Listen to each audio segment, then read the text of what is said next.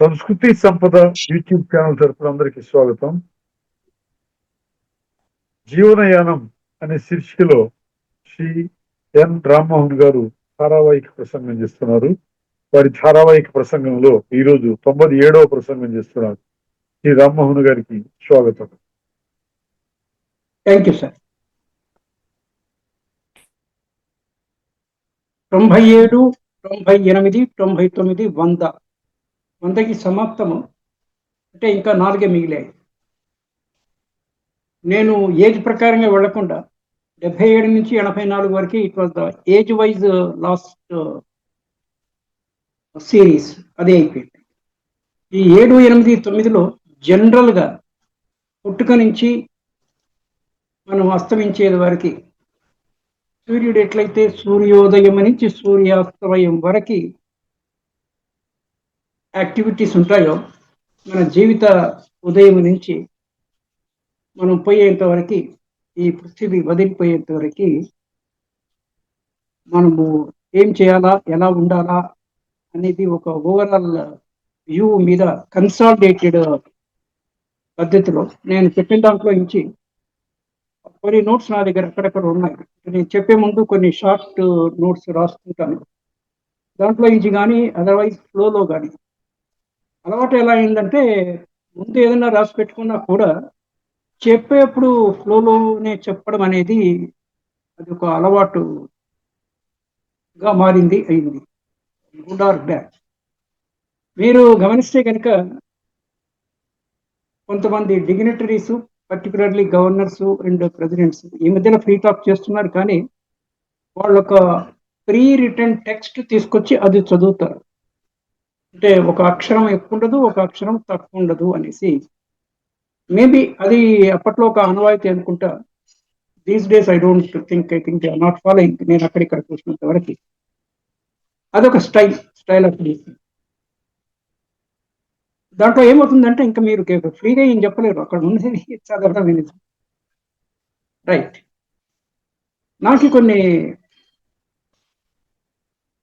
నాకు సర్వీస్లో ఉండగా కూడా, సర్వీస్ అయిపోయిన తర్వాత అయితే ఇంకా ఫ్రీగా ఉండడం చేత వేరియస్ ఆర్గనైజేషన్స్లో ఏ రకమైనటువంటి మీటింగ్స్, సెమినార్స్ ఇవన్నీ జరిగినా కూడా వెళ్ళడము, అటెండ్ అవ్వడము. నేను ఏదైనా స్టేజ్ మీద మాట్లాడేది ఉంటే మాట్లాడడము, లేకపోతే ఫ్రంట్ రోలో కూర్చునేసి కొన్ని జటిలమైన ప్రశ్నలు అంటే వాళ్ళకి తెలియదు ఆన్సర్ అని కాదు, అందరికీ లిమిటేషన్స్ ఉంటాయి. ముందర కూర్చున్న శ్రోత ఏదైనా అడగొచ్చు. వక్తకి అధికార పదంలో ఉండేటువంటి వాళ్ళకి, స్టేజ్ మీద కూర్చున్న వాళ్ళకి, they are bound by certain limitations. They cannot speak openly. ఆ విషయాన్ని కూడా ప్రశ్న అడిగేవాడు కూడా ఆ విషయం గమనించాలి. అది దృష్టిలో పెట్టుకునేసి నా దానికి వాళ్ళు ఫస్ట్ రెస్పాన్స్ ఎంత ఉంటే అంత, నేను మళ్ళీ దాన్ని గుచ్చి అడగను. ఓకే, వాళ్ళు అంతకరికే చెప్పగలరు అనే పాయింట్. ఒకసారి రెసిడెన్షియల్ జూనియర్ కాలేజెస్కి ఒక ఐఏఎస్ లెవెల్ సెక్రటరీ, ఒక మేడము, ఇన్ఫోసిస్ సెంటర్ ఉంది కదా మనకి గచ్చిబౌలిలో, అక్కడ ఎడ్యుకేషన్ మీద సమ్ సెమినార్, దానికి ఎడ్యుకేషన్ మినిస్టర్ సీతక్క వాళ్ళతో కూడా. నేను ఒక question come share of thought అంటే, ఇవి కొన్ని విచిత్రంగా ఉంటాయి. క్వశ్చన్ అడగండి అంటే క్వశ్చన్ అడగడానికి ఏమి ఉండదు, ఇటే ఉండొచ్చు లేకపోతే లేదు. I'm just sharing a thought and your response on that ఏమి అనేది పాయింట్. నేనేం చెప్పామంటే, ఒక 6 ఏళ్ల వయసులో కనుక పిల్లవాడిని దేశవ్యాప్తంగా, అట్లీస్ట్ రాష్ట్ర ప్రభుత్వానికి సంబంధించి రాష్ట్ర వ్యాప్తంగా మొత్తం స్కూల్ సిస్టమ్ అంతా రెసిడెన్షియల్ సిస్టంలోనే ఉండాలి. 6 ఏళ్లకి 1వ తరగతిలో ఎడ్యుకేషన్ పాలసీ ప్రకారం కూడా 6వ ఏట ఫస్ట్ ఇయర్ మేము అప్పచెప్తాము. వాళ్ళు ఇంటర్మీడియట్ అయిన తర్వాత, అంటే 1 నుంచి 12 ఏళ్ళు, 17, 18 ఏళ్ళు అయిన తర్వాత, you should return the child to the parents. Education department totally residential. నెలకు 2 సార్లు పిల్లలు పోయి వీళ్ళు చూడడానికి, సెలవులు ఏమైనా ఎక్కువ సెలవులు ఉన్నప్పుడు 2 వీక్స్ 3 వీక్స్ ఉన్నప్పుడు పిల్లలు ఇంటికి వచ్చి స్పెండ్ చేసిపోయేటట్టుకి అది ఒకటి చేస్తూ సిలబస్ కనుక యూనిఫామ్గా ఉంటే మనకి చాలా బోర్డ్స్ ఉన్నాయి, affiliation boards.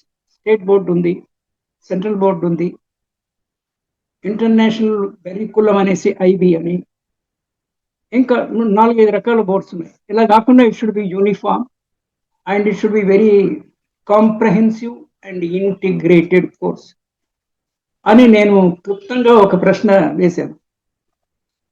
So that secretary madam, she was happy with the question. అంటే వేషి డిల్ట్, ఆమె సమాధానం ఏదో చెప్పింది ఆమె పరిధిలో. నేను మళ్ళీ దాన్ని సాగతీత ఉండరాదు అనేసి ఒక భావన, సాగతీత బయటకు వెళ్తున్నప్పుడు షీ జస్ట్ గ్రీటెడ్ మీ, ముఖాముఖి అయినప్పుడు గ్రీటెడ్ మీ. అంటే it's a token of appreciation. సరే నువ్వు క్వశ్చన్ బాగానే అడిగావు, మా పరిమితులు మాకున్నాయి అన్న టైప్లో. మన దగ్గర ఏముంది, అంతా కమర్షియలైజేషన్ ఇది. So different schools, different syllabuses బ్రాడ్గా ఉన్నప్పటికీ కూడా ఒకవైపు పేద పాఠశాలలు, ఇంకొక వైపు మదరసాలు, ఎక్కడ ఏం చెప్తున్నారో ఎవరికి తెలియకుండా అల్టిమేట్గా పుట్టిన శిశువు భావి వాళ్ళు 18 years దాటి క్రాస్ అయ్యి భావి భారత పౌరులుగా, అంటే ఉత్తమ పౌరులుగా, యూపీ ఉత్తరప్రదేశ్ కాదు, ఉత్తమ పౌరులుగా సమాజంలోకి రాగలుగుతున్నారా లేదా అనేది ఒక క్వశ్చన్ మార్క్, ప్రశ్న చిహ్నం. నేను దీనికోసమని చూస్తూ ఉంటే ఎస్సీఏఆర్టీ మనకి నిజాం కాలేజీకి ఎదురుగా ఉంటుంది, state council of educational research and training. నేను ఇందాక చెప్పాను కదా, ఎక్కడైనా మీటింగ్స్ అవి ఇటు నేను వెళ్తుంటాను. నాకు చాలా గ్రూప్స్ లో ఉండడం చేత నాకు ఇంటిమేషన్స్ కూడా వస్తుంటాయి జరుగుతుంది అనేసి. అక్కడ ఒకసారి ఇట్లా వాకింగ్, నేను చాలా వరకు వాకింగ్ కూడా వెళ్తుంటాను. కొన్ని ఇన్ఫర్మేషన్ లేకపోయినా కూడా తెలిస్తే వెళ్తూ ఉంటాను, లేకపోతే పోతూ పోతూ అలా తొంగి చూస్తూ వెళ్తుంటాను. And I made the official concern ఎవరినైనా జస్ట్ షేర్ మై ఒపీనియన్. తర్వాత వాళ్ళకి it is up to them to use me whatever level they like.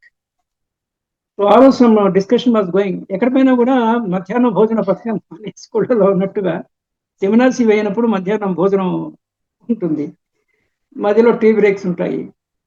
భోజనానికి భోజనం వచ్చే ఎంతో కొంత జ్ఞానార్జన కలిగే జ్ఞానం మనం షేర్ చేస్తున్నాము, షేర్ అవుట్ అవుతుంది, షేర్ ఇన్ అవుతుంది. So what more you require at this age, I'm happy with that, that is enough అని ఒక 10-12 పేజీల notes. It was on children education మీద. చిల్డ్రన్ ఎడ్యుకేషన్ అంటే శిశు, మన అంగన్వాడీ ఆ టైప్కి సంబంధించి 0 to 6 years వరకు. 0 to 6 years ఎడ్యుకేషన్ లో 0 to 3 ఒక పార్ట్, 3 to 6 ఇంకొక పార్ట్. అసలు మనిషి మేధ కూడా 6-7 సంవత్సరాలు వచ్చే వరకే 90% of the brain is developed. And వాళ్ళకి క్యాచ్మెంట్ కూడా 3 to 6 years లో చాలా ఎక్కువ ఉంటుంది టు రిసీవ్ ఎనీథింగ్. అందుకే మనం చాలా మంది బాలవైభవాన్ని కూడా చూస్తాం. So there was a good writeup. నేను వేయిగుళ్ళ పూజారి అని, 1000 కాళ్ళ జెర్రీ అని మనకి ఇదొక సేయింగ్ చెప్తుంటాము. డిఫరెంట్ ఆర్గనైజేషన్స్, డిఫరెంట్ యాక్టివిటీస్ తోని మార్నింగ్ లేసి మళ్ళీ రాత్రి వరకు బిజీగా ఉండడం చేత ఇప్పుడు ఇదైన తర్వాత లిటిల్ ఫ్రీ, మళ్ళీ రేపు మార్నింగ్ దానికి మళ్ళీ కొంత preparation or something, little makeup or whatever. దాంతో ఒకే దానికి మీద ఎక్కువ ఫోకస్ చేయడం అనేది కుదరదు. కానీ పూర్వ జ్ఞానం ఏదైతే సంచిత జ్ఞానం ఉందో, సంచిత కర్మ తీరుగా దాని ప్రకారంగా ఇది చేయడం. సో ఇప్పుడు నేను కన్సల్టేషన్ లో కొన్ని షేర్ చేసే విషయాలు ఏంటంటే, పిల్లలను పెంచేవాళ్ళు, తల్లిదండ్రులు వాళ్ళ పిల్లలను గర్భస్థ శిశువు ఉన్నప్పుడే మదర్, ప్రెగ్నెంట్ మదర్ యొక్క కేర్, ఈ పాయింట్ నిన్న మొన్న కూడా వచ్చింది మనకి. పర్టికులర్లీ భర్త ప్లస్ అదర్ ఫ్యామిలీ మెంబర్స్ కూడా they have to take care of the mother. The child health in the womb of the mother is mostly, to fair extent, is dependent on the health of the mother. దీనికేం పెద్ద జ్ఞానం ఉండక్కర్లా, common sense, general knowledge, common sense. Happy mother, happy child. శిశువు జన్మించిన తర్వాత కూడా బాలారిష్టాలు అని మనకు ఒక సేయింగ్. ఆంగ్లంలో మనము చైల్డ్ మార్టాలిటీ అంటాము. శిశు మరణాలు ఎక్కువ ఉండే అవకాశం ఉంది. వాటన్నిటికీ సరి అయిన బీసీజీ మొదలైనటువంటి వ్యాక్సిన్లు వేయించడము, కనీసం ఒక 2 years వచ్చేంత వరకు వాట్ ఎవర్ యాక్షన్స్, ఆ డోసేజ్లు, ప్రిస్క్రిప్షన్, ఆ డెలివరీ అయినప్పుడే హాస్పిటల్లో చెప్తారు ఏ పీరియాడిసిటీలో ఏ వ్యాక్సిన్స్ వేయాలి అనేసి. ప్రెగ్నెంట్ మదర్తోనే హస్బెండ్ ఎప్పుడు గిల్లి కజ్జాలు కానీ, పోరాటాలు కానీ, డిఫరెన్స్ ఆఫ్ ఒపీనియన్ కానీ వీలెంత వరకు తగ్గించుకోవాలి. అంటే మిగిలినప్పుడు ఉండాలని నేను అనట్లా. అంటే హ్యూమన్ నేచరు మంకీ నుంచి వచ్చింది అని మన మీద మనకి సహనం ఉండదు. సహనం కోల్పోయినప్పుడు మనము ఎదుటివాడు ఏమి అని చూడము. మనల్ని మనమే శిక్షించుకోవడం ఒక పరిస్థితి అయితే, పక్కన ఎవరుంటే వాళ్ళని శిక్షణ మట్టు కొంచెం గట్టిగా మాట్లాడితే కూడా శిక్ష ఎందుకే వస్తుంది, దే ఫీల్ కదా, based on the sensitivity. So కొంత మందిని కొన్ని సందర్భాల్లో we should not emotionally disturb them. Like a sick patient, ఇంట్లో పేషెంట్ ఉన్నాడు, sick, is on sick bed, we have to కొంత మనకి కాన్షియస్నెస్, కొంత కన్సిడరేషను, కొంత సింపతి, ఇవన్నీ సింపతి, ఎంపతి, కన్సిడరేషను, కన్సర్న్, ఇటువంటివన్నీ ఉండాల్సిన అభిప్రాయం ఉంది. ప్రతి హ్యూమన్ బీయింగ్, పుట్టిన ప్రతి శిశువు, బాలుడు కానీ బాలిక కానీ, they are the assets of the society. వాళ్ళు భావి భారత పౌరులు. ఆ మాటకు వస్తే భావి ప్రపంచ పౌరులు. వాళ్ళ level of contribution to the humankind, మానవ జాతికి వాళ్ళకి ఇచ్చే కాంట్రిబ్యూషన్ బట్టి they are like anything. So చిన్న పిల్లలని 6, 7, 8 వరకు కంటికి రెప్పలా కాపాడాల్సిన బాధ్యత బేసిక్గా తల్లిది, ఫాలోడ్ బై తండ్రి, ఫాలోడ్ బై గ్రాండ్ పేరెంట్స్ అని నా భావన. I'm sharing my vision. ఒక జంట యొక్క బాధ్యత వాళ్లకు పుట్టిన పిల్లల యొక్క బాగోగులు చూస్తూ వాళ్ళకి విద్యా బుద్ధులు, ఉద్యోగము, వివాహము స్టెప్ 1. స్టెప్ 2, వాళ్లకు పుట్టిన పిల్లలు అంటే మనవలు మనవరాళ్ళు కూడా ఒక 10-12 టీనేజ్కి ఎంటర్ అయ్యేంత వరకు కూడా వాళ్ళకి వీళ్ళతోని సమన్వయంతో, అంటే వీళ్ళ పిల్లల సమన్వయంతో వాళ్ళ పిల్లలకి అంటే మనవరు మనవరాళ్ళకి ఇతోధిక సర్వీస్ అంటాం మనం ఇంగ్లీష్లో, ఇతోధిక సేవలు అందించాల్సిన బాధ్యత ఆ ఏజ్ వచ్చేప్పటికే మీకు సుమారుగా 65-70 ఆ రేంజ్లో వస్తాం.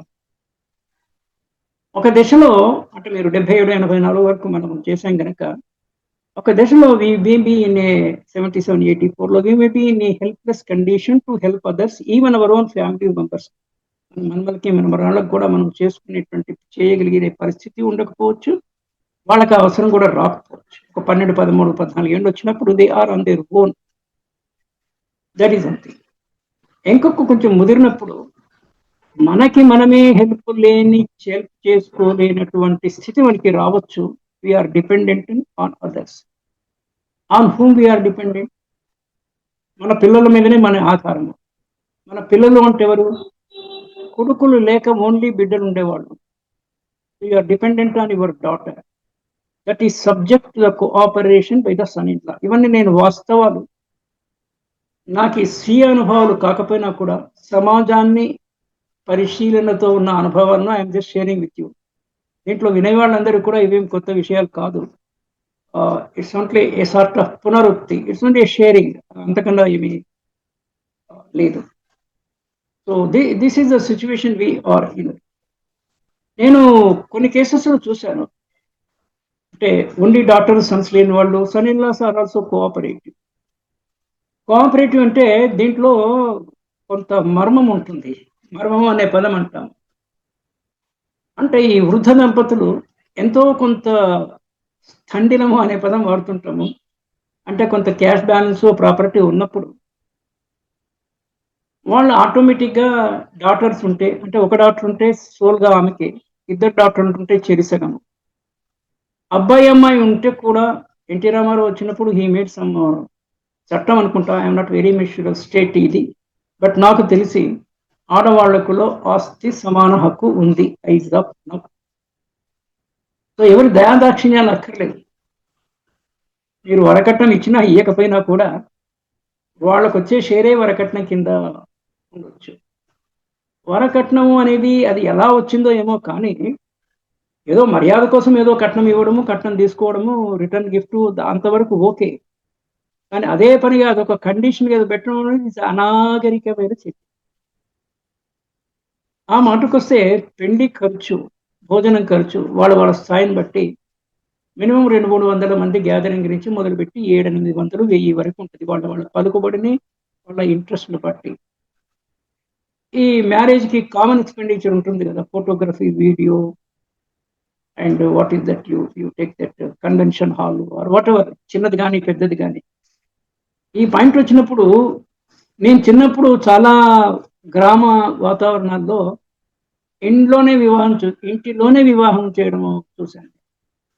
ఇంటి మధ్యలోనే, ఇంటి లోపల. ఆ తర్వాత ఇంటి ముందర పందిరి వేసి పందిట్లో, ఆ తర్వాత అంటే అప్పట్లో ఇంత బలగం అంతా ఉండేది కాదు ఏమో, మేబీ. దెన్ దేవాలయాల్లో చేయడం జరిగింది. దేవాలయం కొంచెం ఓపెన్ గా ప్లేస్ ఎక్కువ. ఆ తర్వాత మ్యారేజ్ హాల్ కాన్సెప్ట్ వచ్చింది. ఇప్పుడు అది దాటి పెద్ద పెద్ద మ్యారేజ్ హాల్లు విసే కన్వెన్షన్ హాల్ అండ్ ప్రతిదానికి ప్యాకేజీలు, టిఫిన్కి, వంటకి, భోజనాలకి ప్యాకేజు, స్టేజ్ డెకరేషన్కి package, all these things. Okay, సమయానుకూలంగా పరిస్థితులు మారినప్పుడు మన బడ్జెట్ ప్రకారము, బడ్జెట్ అంటే మనీ వైజ్గా, ఫినాన్షియల్గా budget is an important point. మన బడ్జెట్ ప్రకారము మనం ఏదో ఒక ప్యాకేజీని చూస్ చేసుకుంటాం. సరే, మనకి 2 డాటర్స్ ఉన్నా, 2 సన్స్ ఉన్నా, ఒక డాటర్ ఒక సన్ ఉన్నా కూడా వాళ్ళ పిల్లలు కూడా పెద్దగా అయ్యేంత వరకు బిఫోర్ ద సీనియర్ కపుల్, మనకి 60 ఏళ్ళు దాటితే సీనియర్ అనే పదము, 80 ఏళ్ళు దాటితే very senior. Either the senior అంటే late senior or early very senior, 80స్లోకి ఎంటర్ అయితే వెరీ సీనియర్ కపుల్. వాళ్ళ మనమలు కూడా పెద్దగా అయ్యారు అనేటువంటి, అంటే వాళ్ళ పెద్దగా అయ్యారు అంటే టీనేజ్లోకి వచ్చారు. అప్పటికి వాళ్ళ మనమల మ్యారేజ్ చూసే దశ కొంతమందికి ఉంటుంది, కొంతమందికి ఉండదు. ఇట్ ఈస్ ద వాళ్ళ ఇండివిజువల్, దీన్ని బట్టి కొందరికి ఆ యోగము, ఆ కలిసి రావడం ఉంటుంది, ఉండదు. కాకపోయినా కూడా ఓకే, మా పిల్లలు కూడా పెద్దగా అయ్యారు, వాళ్ళు నిలదొక్కుని ఉంటున్నారు, they have enter their teenage, అంటే బాలారిష్టాలు అవన్నీ, చైల్డ్ మార్టాలిటీ లెవెల్ దాటిపోయారు అనేటువంటి ఒక తృప్తితోని కళ్ళు మూసే అవకాశం. అగైన్ ఆ ఎస్సీఈఆర్టీ మెటీరియల్ ప్రకారంగా మాంటెసరీ స్కూల్ ఆఫ్ ఎడ్యుకేషన్, 2 పేర్లు ఏదో చెప్పారు ఇండియన్ నేమ్స్, ఒక మేడము, ఒక సార్, ఒక male and gent. They have worked out then Montessori is a western way of this one. అదే మాంటెసరీ ఇండియాలో మనకి అంగన్వాడీ కేంద్రాలు దాదాపుగా అదే 3 to 6 years. 6వ ఏట క్లాస్ 1లో ఉండాలి. రైట్ టు ఎడ్యుకేషన్ యాక్ట్ 2009 ప్రకారం కూడా free and compulsory education up to the age of 14 years and class 8. Even private school వాళ్ళు కూడా they are suppose to implement this program. 25% of the seats are reserved for one. చాలా మందికి కొన్ని తెలియకపోవడం చేత, అంటే ఫెసిలిటీస్ ఏమున్నాయని తెలిసినా ప్రశ్నించే గొంతు లేకపోవడం చేత అవైల్ చేసుకోకుండా మానేస్తుంది. ఆ మధ్యలో పేపర్లో కూడా వచ్చింది, private schools cannot deny free seat. Private school normally they charge fees which is hefty. నేను ఊరికనే సామాజిక స్పృహతో అడుగుతుంటాను, పిల్లలు ఎక్కడ చదువుతున్నారు, ఏంటి, ఏ క్లాసు, ఏమి ఫీజు అంటే మినిమం 40-50 వేలు per month, per year. That is the norm. చిన్నపాటి ఇంగ్లీష్ మీడియం స్కూల్లో అది దట్ ద రీచ్. సంవత్సరానికి 4-5 లక్షల వరకు. ఇక్రిసాట్, పటంచెరువు ఇక్రిసాట్ ఉంది. సమ్టైమ్స్ సంబడి వర్ టెల్లింగ్, ఇక్రిసాట్లో ఒక ఇంటర్నేషనల్ స్కూల్ ఉంది. That is considered to be the best school among all other schools. ఇంకా చాలా హై లెవెల్ స్కూల్స్ ఉన్నాయి. ఇవన్నీ సంవత్సరానికి 4-5 లక్షలు, 40,000-50,000 ఏ మంత్, అంతే కదా, 4-5 లక్షలు అంటే 40,000-50,000. ఆ రకమైన ఫీజు ఒకవైపు ఉంటే, ఈ రైట్ టు ఫ్రీ ఎడ్యుకేషన్ ఇది అంటే state government education department GO ప్రకారంగా ఎంత స్ట్రిక్ట్ గా ఇంప్లిమెంట్ చేస్తారు లేదు అనేది వేరే సంగతి. ప్రొవిజన్ మట్టుకు ఇది. ఇదంతా ఇలా ఉంటే 8th class is not a very big level of education. కనీసం ఇంటర్మీడియట్ స్థాయి, కుదిరితే డిగ్రీ స్థాయి వరకు కూడా డబ్బులు కట్టలేని వాళ్ళకి, ఆర్థిక స్థోమత లేని వాళ్ళకి ఇట్ షుడ్ బి ఫ్రీ. కట్టగలిగిన వాళ్ళు కట్టాలి. ప్రైవేట్ స్కూల్కి గవర్నమెంట్ మళ్ళీ వాళ్ళకి వీళ్ళు ఇచ్చినా కూడా వాళ్ళు మళ్ళీ వీళ్ళకి కాంపెన్సేషన్ ఇవ్వాల్సిన అవసరం కూడా రాకూడదు. ఎందుకంటే all other people they are charging hefty fees కదా, దాంట్లో నుంచి కొంత ఫోర్గో కావచ్చు వీళ్ళు. కానీ ఆ దయార్ద్రత కానీ, ఒక బ్రాడర్ అవుట్లుక్ కానీ ఉండాలి. లేదా ఇంకొక స్కీమ్లో గవర్నమెంట్కి ప్రతి బార్న్ సిటిజన్స్కి ఒక డిజిటల్ ఫైల్ ఓపెన్ చేసి, ఒకటి హెల్త్, రెండవది education, that should be allowed freely to the debit of their account. కొంచెం అకౌంటెన్సీ పదాలు ప్రయోగిస్తున్నాను. వాళ్ళ ఖాతాలో ఇచ్చేసి వాళ్ళు డ్యూ అన్నమాట. వాళ్ళు పెద్ద పెరిగి ఉద్యోగమో వ్యాపారమో చేసి సంపాదించినప్పుడు దే కెన్ కలెక్ట్ ఇట్. మన దగ్గర అది లేదు. ఇస్తే ఫ్రీషిప్, స్కాలర్షిప్స్ ఇస్తారు, మళ్ళీ వీడికి డబ్బులు ఎక్కువ వచ్చినా కూడా వాళ్ళు దే డోంట్ రికవర్. ఆ మెకానిజమే లేదు, ఆ థాటే లేదు, ఆ బ్రెయిన్ స్టార్మింగ్ కానీ, థింక్ ట్యాంక్ కానీ ఆయా స్థాయిల్లో రైట్ ఫ్రమ్ విలేజ్ లెవెల్ నుంచి మొదలుపెట్టి నేషనల్ లెవెల్ వరకు, ఇంటర్నేషనల్ లెవెల్ వరకు, ఇంటర్నేషనల్ సౌత్ దేవుడు నేషనల్ వరకు ఉండాలి కదా. I think there is a lot of shortcoming in this. అదంతా పక్కన పెట్టి సీనియర్ సిటిజన్స్ సర్వీసెస్ కూడా గవర్నమెంట్ సరిగ్గా వినియోగించట్లేదు. ఏదైనా కొంతవరకు రిటైర్డ్ ఐఏఎస్ ఆఫీసర్లను వాళ్ళ పలుకుబడితోని రీహాబిలిటేషన్ కింద ఇంకొక 1 year, ఎందుకంటే వాళ్ళకి ఫ్రీ ఫెసిలిటీస్ ఉంటాయి కాబట్టి అలా. అంటే I'm not against them, I'm just telling what is happening అనేది తప్ప. మరి అంతకన్నా తక్కువ స్థాయి ఉద్యోగస్తులు, ఆఫీసర్లు కానివ్వండి, గ్రేడ్ 1 ఆఫీసర్స్, అంతకన్నా తక్కువ వాళ్ళు కానివ్వండి, వాళ్ళకి ఎంతో కొంత అనుభవం ఉంటుంది కదా, వాళ్ళని సరిగా సద్వినియోగము, వాళ్ళ సేవను 60 ఏళ్ళకి రిటైర్ అయితే పెన్షన్ తిరిగి వాళ్ళకి వస్తుంటుంది పెన్షనబుల్ జాబ్స్లో. దేని వాడికి రాదు, దట్స్ ఎ డిఫరెంట్ థింగ్. కానీ వాళ్ళని వినియోగించుకోవచ్చు, వాళ్ళ సేవల్ని, వాళ్ళ అనుభవాన్ని వినియోగించుకోవచ్చు. దానికి కూడా ప్రాపర్ ఛానల్ లేదు అనేటువంటి భావన. అయితే 6 ఏళ్ల వరకు 0 టిక్స్, మనమంతా 7 yearsలో అదే రకంగా వెళ్ళాము. 6 into 3 18 years, లేకపోతే 7 into 3 21 years అలా వెళ్ళాము. ఇవాళ పేపర్లో ఒక జంటకి 4 పాపం ఇదేమీ కానీ తక్కువ ఇన్కమ్ ఉన్న వాళ్ళకి ఎక్కువ పిల్లలు ఉంటారు, ఎక్కువ ఇన్కమ్ ఉన్న వాళ్ళకి తక్కువ మంది పిల్లలు. చాలామంది హై ఇన్కమ్ కానీ, కొంచెం హై ఎడ్యుకేషన్ వాళ్ళు కానీ, for whatever reason they are not going for more than 2 children. మనం అది కూడా మాట్లాడాము, none 1 or 2, that is the concept. పాపం డౌన్ టౌన్లో ఉండేవాళ్ళే 4 అమ్మాయిల్లో 4 అమ్మాయిలు ఎందుకున్నారో నాకు ఆశ్చర్యం వేస్తుంది. అంటే ఈ మధ్యలో 3 ఉంటేనే కుటుంబరావు అనే పద్ధతిలో చూస్తుంటారు. పాత రోజుల్లో ఎక్కువ 6-7 మంది పిల్లలు ఉంటే కుటుంబరావు అనే ఒక పేరు అట్లా ఉండేది. 3 ఉంటేనే కుటుంబరావు, 2 ఉంటే సరే ఓకే, 2 ఉంటే సరే ఓకే, అదేం పెద్ద గ్రేట్ కాదు. ఒకళ్ళు ఉంటే single child syndrome, that also. అయితే వాళ్ళు పాపం ఈ 4 అమ్మాయిలు ఉండే దాంట్లో maybe they are seeing for a boy. ఇదొక పైత్యము, ఇదొక మౌఢ్యము, ఇదొక మూర్ఖము.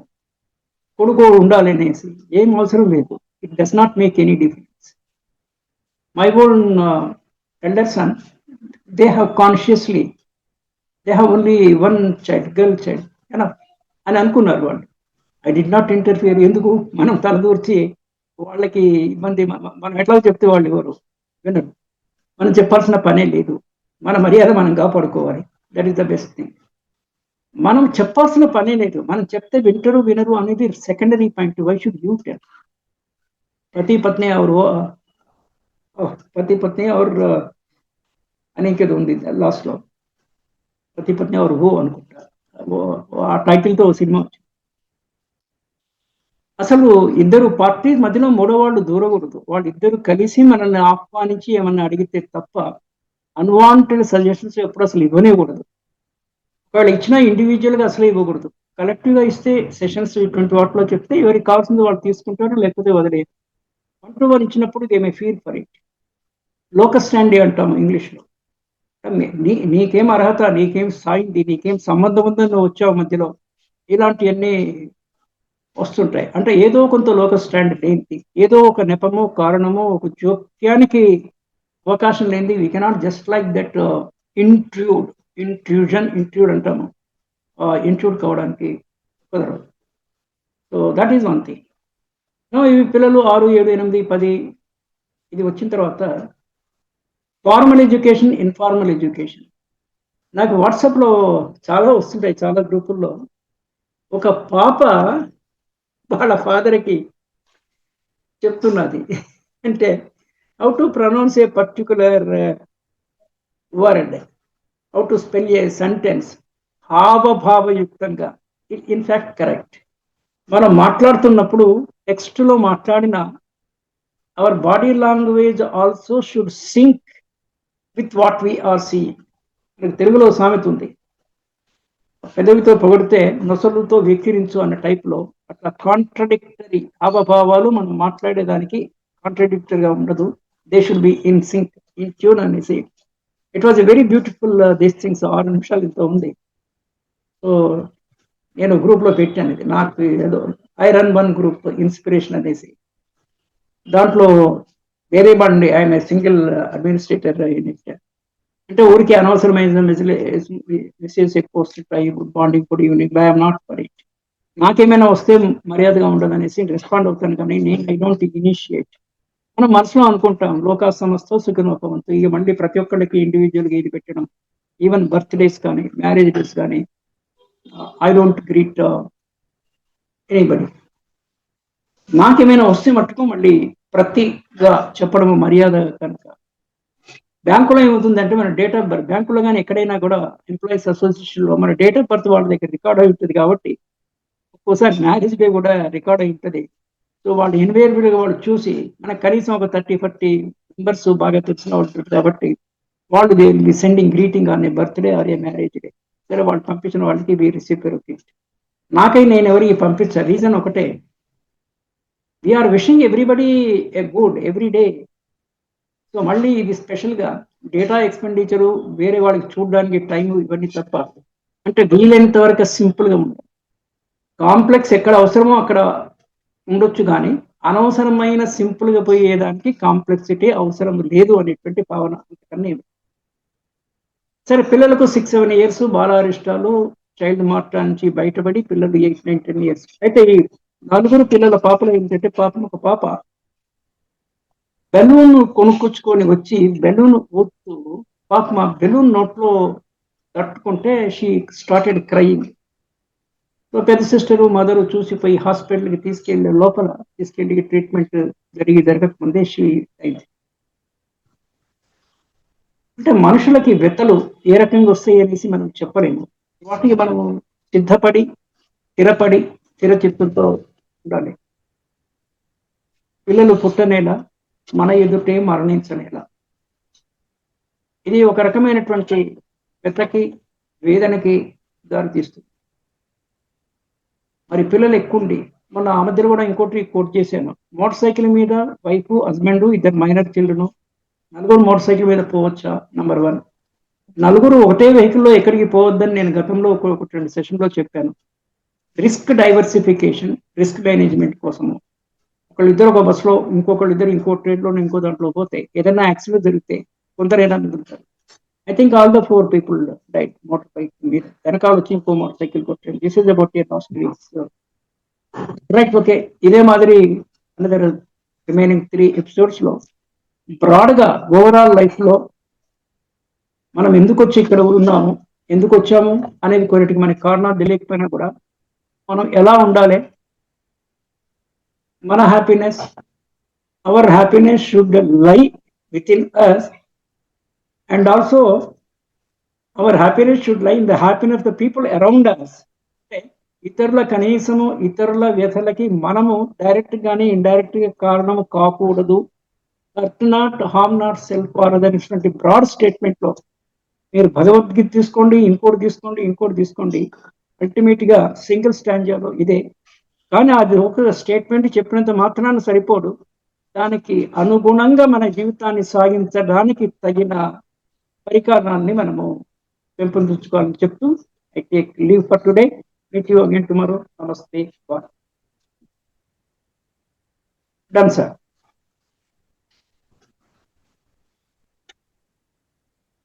జీవనయానం శీర్షికలో ధారావాహిక ప్రసంగం చేసిన శ్రీ రామ్మోహన్ గారికి ధన్యవాదాలు. Thank you.